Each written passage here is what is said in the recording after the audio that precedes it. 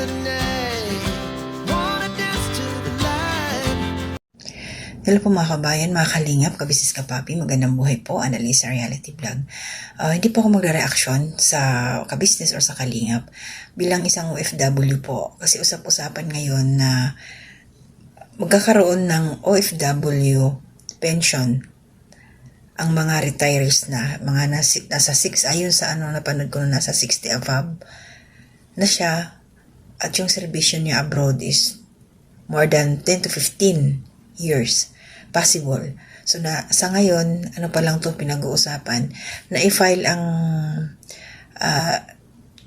Senate bill na to ni Senator Erwin Tulfo.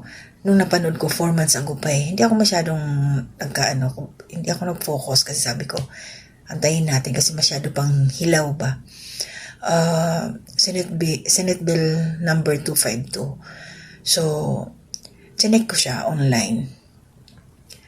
Ongoing pa, nasa legislative pa, pinag-uusapan. At meron nag-vlog si Payong Kaibigan, shoutout kabayan. At dahil nga, din to ni Senador Erwin Tulfo nung nasa Italy siya, in-open up din niya. Meron din po akong post doon sa aking page. At nabanggit niya doon kung sino-sino yung mga kategory, kung ano yung skill mo or ano yung trabaho mo abroad. Kung cover ka doon, possible makasama ka if kung ilang years ka na nga nagtrabaho. At so ito, pakinggan ho natin ang ating kababayan si Payong Kaibigan. Kasi hinahanap ko rin yung kanyang source.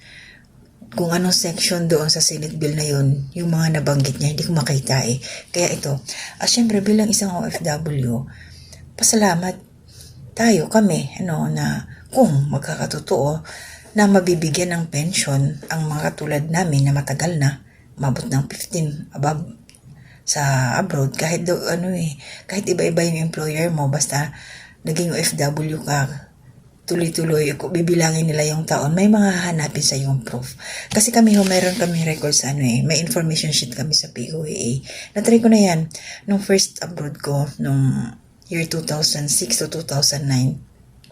Pumunta akong POAA, kumuha ako doon ng information sheet, kung nandoon nga ako, yung record ko, check po, may nakalagay doon kung sino yung agency, yung employer doon.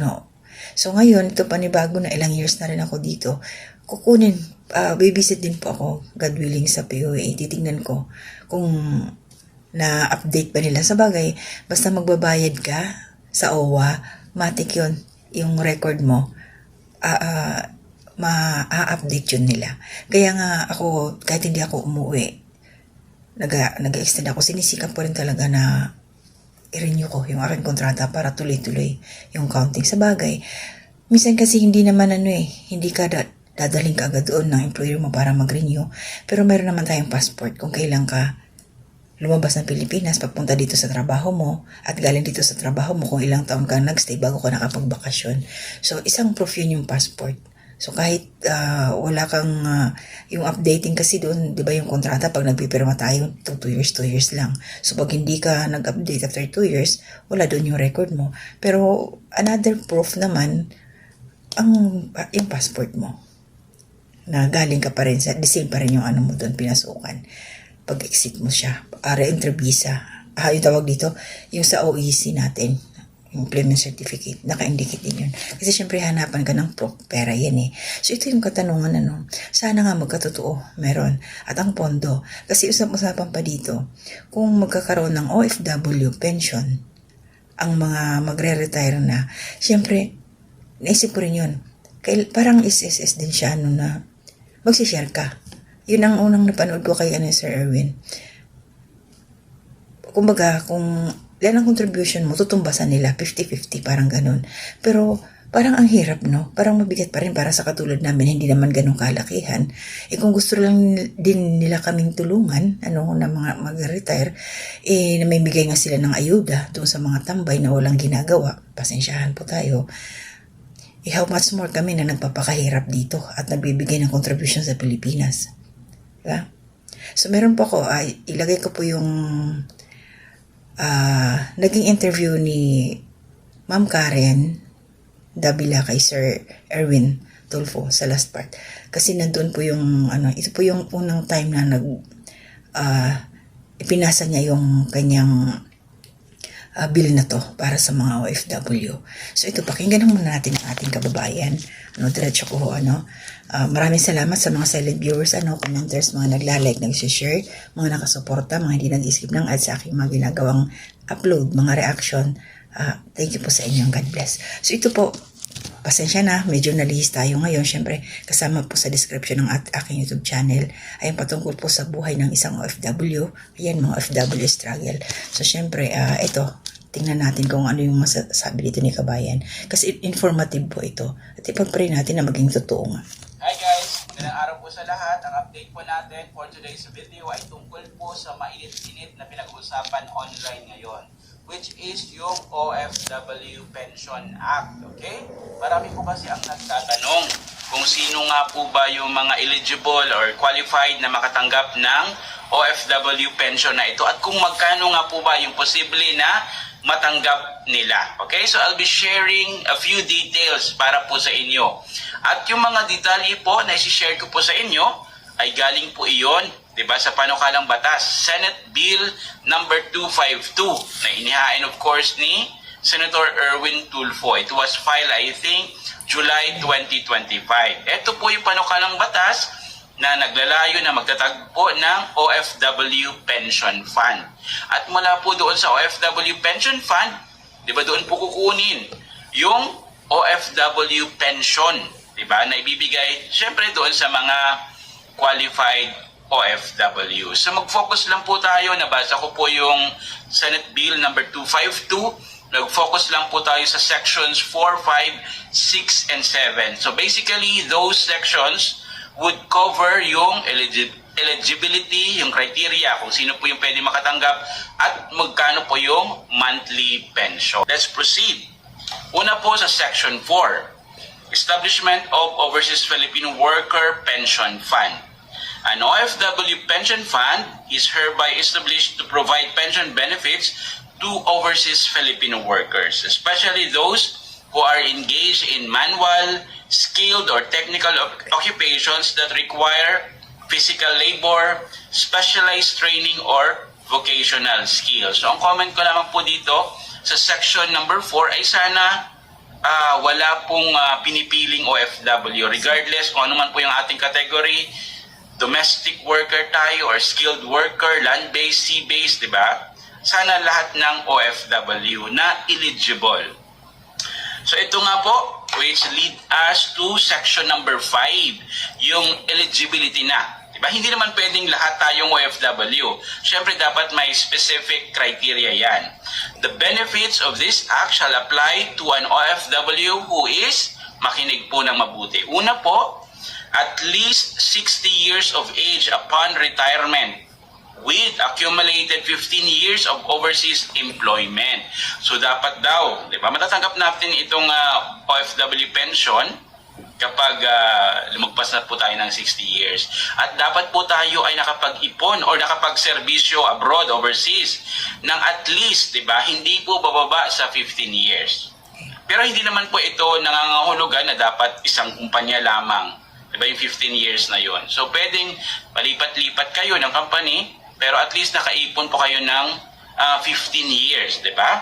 At dapat po tayo ay registered with Philippine Overseas Employment Agency or sa POA. Siyempre dapat may records tayo doon na pwede po nilang i-validate or i-verify. Ito naman pong OFW pension ay hiwalay po ito, di ba, sa other pension like SSS or GSIS.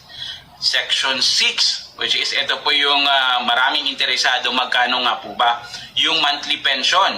Overseas Filipino Workers Pension, all eligible overseas Filipino workers shall be entitled to receive a monthly pension in the amount of at least 5,000 pesos per month upon retirement. So yun po yung sinabi, at least. So ibig sabihin, monthly pension na hindi po bababa sa 5,000 pesos upon retirement. Ulitin natin, yung retirement na edad dito na binanggit sa section number 5 is 60 years. So ibig sabihin, dapat matatanggap natin yung monthly pension na yan.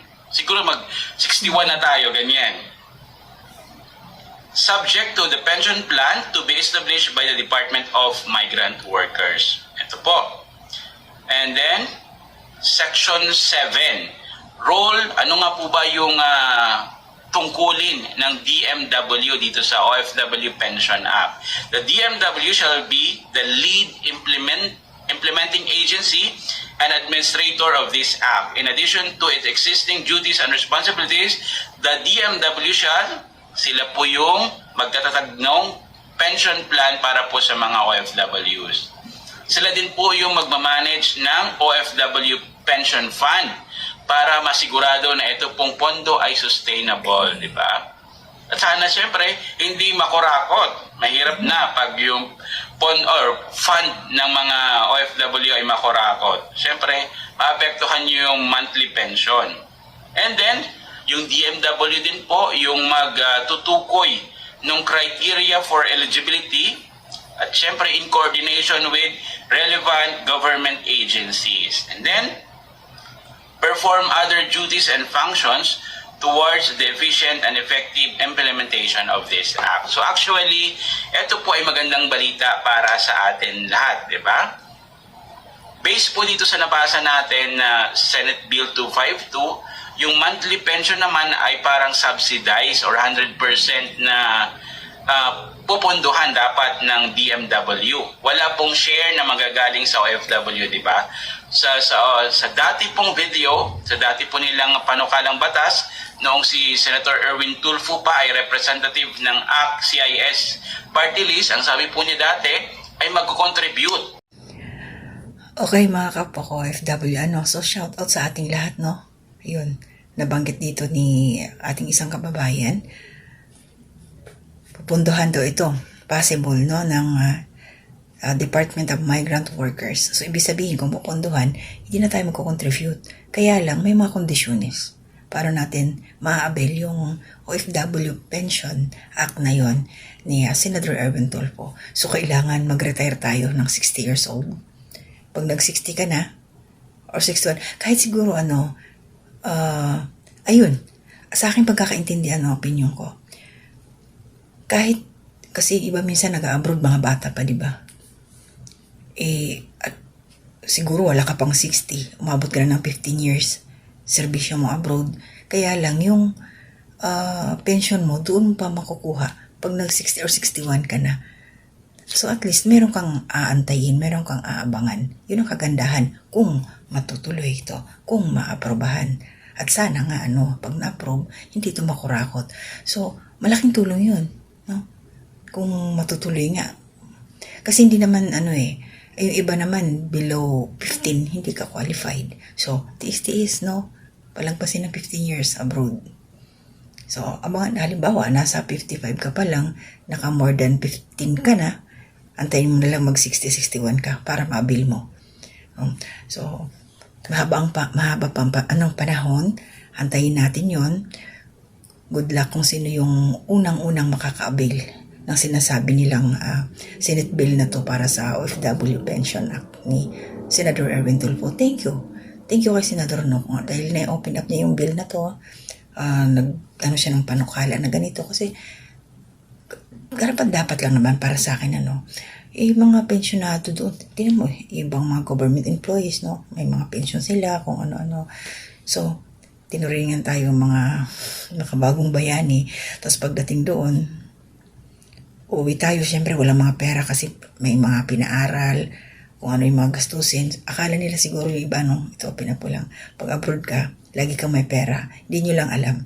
Pagkatapos may send ng isang buwan mong sahod, kinabukasan, magbabudget ka na naman para sa susunod. Laging zero balance lang. Napakaswerte yung laging may sobra. Pero sa party ko, wala sobra. Pero thankful kasi wala mang sobra. Pinagkakasya, nababayaran yung mga kailangan bayaran. Yan. So yun lang, maraming salamat sa inyo. Shoutout ko nga lang sila Pinuno Ka Business, no? Papa Dis TV Ka Business Family, Mrs. Kaib Official. Makagwangs, shoutout sa inyo. Ka-Business Reactor, shoutout. Kuya Bal Santos Matubang, Atenda Vlogs, Kalinga Prab, shoutout po. Jack Tapia Matubang, shoutout. Mga Kalinga Reactors, Karepa Reactors sa mga kasamahan ko, shoutout po sa inyong lahat. Mga silent viewers, nasabi ko na kanina, shoutout sa inyo. Nanay Solidad, Ate Ems, Ma'am Susan Dairo, Ate Ninette, Ate Marilyn ni Corsa Millianor, pinsan ko, Tradition, at sa iba pa na hindi ko na-mention. Maraming salamat sa suporta ninyo. Mga anak, mag-ingat kayo palagi. Hanggang dito na muna ako. To God be the glory. Okay, now, you will be submitting 10 bills on your first day, and one of your campaign promises that if you are able to fulfill could actually be a landmark law. This would make a difference. You are actually pushing to institutionalize a pension system for OFWs, right? Tama kayo doon. Kasi OFW yan ng 10 taon, 20 taon, totoo yan. That you said would be separate from the SSS. So yung OFWs may sarili siyang pension fund. How would you do it? Because pag ganon, there has to be a system involved na yung OFW maghuhulog buwan-buwan. Exactly. Okay. Mas Karen, experience namin dito sa Action Center namin sa Quezon City. Matatanda na. Tapos sabi ko, nag-OFW kayo, di ba? Oo, kasi pinaaral ko yung anak ko eh. Kaso hindi nakatapos, nag-asawa ka agad. Inuna ko yung tirahan namin. Kaya ngayon, naghihingi ng AX dito sa opisina. Yun, ayuda. Pinapadala namin sa DSWD dahil walang pampagamot.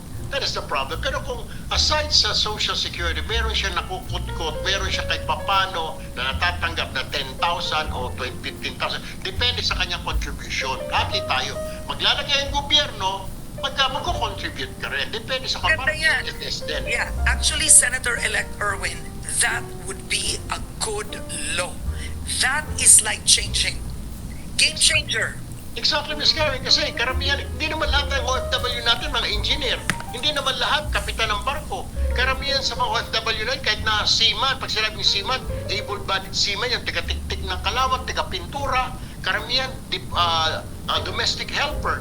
Walang naiipon yan, Ms. Karen, dahil yung kanya, pag okay na siya, pag nakapagpatayo siya ng bahay, pero yung future niya, pag retire niya, hindi na isip. Dahil iniisip ng mga yan, lalo na yung mga maliliit ng sweldo, yung anak ko, mapag-graduate ko, mabilhan ko ng bahay, yung aking pamilya, tapos. But when they retire, they have none. Total, may SSS. Jesus Maria, ang SSS 5,000, sapat lang para makabili ng maintenance. Okay. Every day, Ms. Karen, dito sa office ko, people are lining up, karamihan dyan, OFWs, asking for help. Sabi ko, doon po, bibigyan namin kayo ng referral sa DSWD. Okay, now here's a bit, this is harder, is you actually are pushing, and please answer this just very shortly, because I have so many other questions. During the campaign, 50% health coverage of hospital bills for OFWs and their families. I mean, it sounds great in the campaign trail, Senator-elect Erwin, but that's a lot of money. Malaki ang pera nun. Eh kung ngayon nga ang nagko-contribute sa PhilHealth, dismayado pa, eh ano pa, saan mo kukunin ang 50% health coverage? Budget allocation, Ms. Karen, proper budgeting sa House and then sa Senate. I believe we may mga dapat ito yung mga unahin natin. We call them heroes, Ms. Karen. Pero anong benepisyo na nakuha nila? Wala eh. Walang retirement. Sa health, bahala ka na dyan. Sapat na yung PhilHealth. Bigyan naman natin sila na we call them heroes ng konting ibang klaseng benepisyo. They bring in billions of pesos. Institutional. Institutional. Medyo, we separate them because sila yung bumubuhay sa atin, di ba? Alagaan naman natin. That's what I'm saying. So doon tayo sa budget allocation. Bawas siguro tayo dito sa mga infra natin. Bawas tayo yung mga flood control. Dahil wala naman tayo nakikita, di ba? Yung iba pang mga projects natin sa mga national irrigation, bawas tayo doon, di ba? Ilagay natin dito. It's just a matter of budgeting, Ms. Karen. Okay.